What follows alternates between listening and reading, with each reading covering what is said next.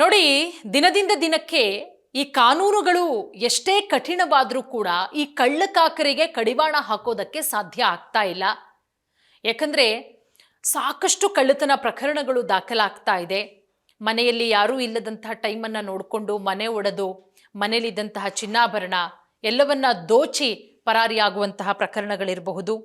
ಅದರ ಜೊತೆಗೆ ಮನೇಲಿದ್ರೂ ಕೂಡ ಅವರಿಗೆ ಕಣ್ಣಿಗೆ ಖಾರದ ಪುಡಿ ಎರಚಿ ಅಥವಾ ಪೆಪ್ಪರ್ ಸ್ಪ್ರೇ ಮಾಡೋದ್ರ ಮುಖಾಂತರ ಒಂದಷ್ಟು ಜನರ ಮೇಲೆ ಹಲ್ಲೆ ಮಾಡಿ ಮನೇಲಿದ್ದಂತಹ ವಸ್ತುಗಳನ್ನು ತೆಗೆದುಕೊಂಡು ಹೋಗುವಂಥ ವಿಚಾರ ಮತ್ತು ಕೊಲೆ ಮಾಡುವಂಥ ಹಂತಕ್ಕೂ ಹೋಗ್ತಾ ಇದ್ದಾರೆ.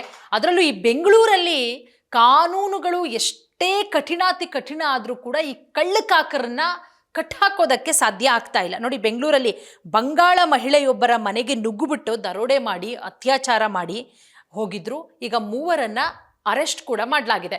ಸೊ ಯಾವಾಗ ಆಗಿದ್ದು ಘಟನೆ, ಪೊಲೀಸರ ಕಾರ್ಯಾಚರಣೆ ಯಾವ ರೀತಿ ಇತ್ತು, ಹೆಂಗೆ ಸಿಕ್ಕಬದ್ರು ಈ ಹಂತಕರು, ಎಲ್ಲದರ ಬಗ್ಗೆ ಹೇಳ್ತಾ ಹೋಗ್ತೀನಿ.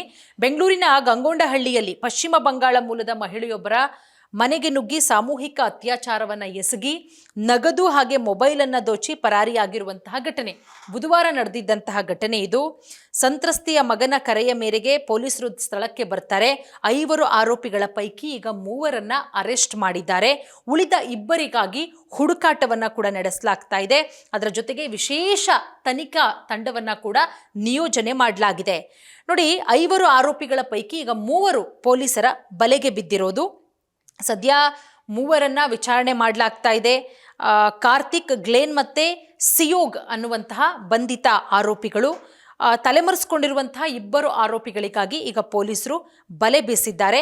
ಘಟನೆಯ ಹಿನ್ನೆಲೆ ಏನು ಅನ್ನೋದನ್ನು ನೋಡ್ತಾ ಹೋಗೋದಾದರೆ, ಗಂಗೊಂಡಹಳ್ಳಿಯಲ್ಲಿ ಪಶ್ಚಿಮ ಬಂಗಾಳದ ಮಹಿಳೆ, 2 ಮಹಿಳೆಯರು ವಾಸವಿರ್ತಾರೆ.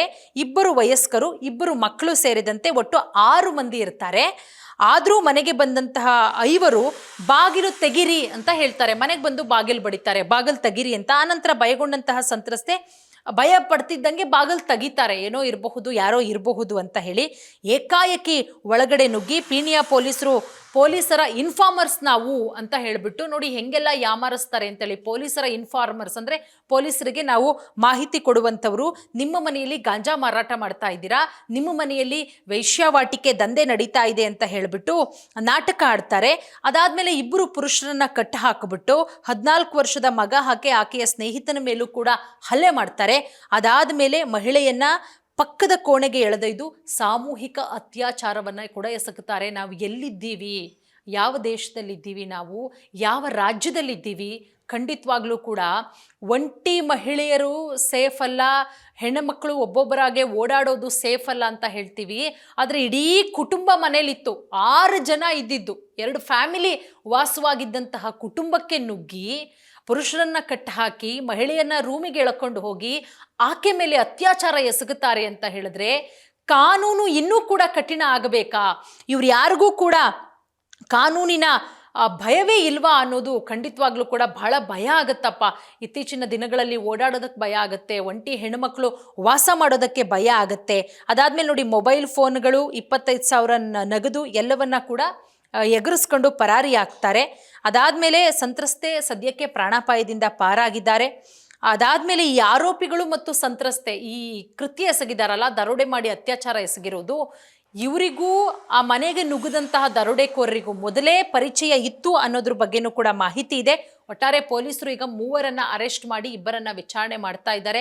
ಕರೆಕ್ಟ್ ಆದಂಥ ರೀತಿಯಲ್ಲಿ ತನಿಖೆಯಾಗಿ ಈ ಪಾಪಿಗಳಿಗೆ ಕಠಿಣ ಶಿಕ್ಷೆಯಾದಾಗ ಮತ್ತೊಂದಿಷ್ಟು ಜನ ಈ ರೀತಿ ಕೆಲಸ ಮಾಡೋದಕ್ಕೆ ಭಯ ಪಡ್ತಾರೆ.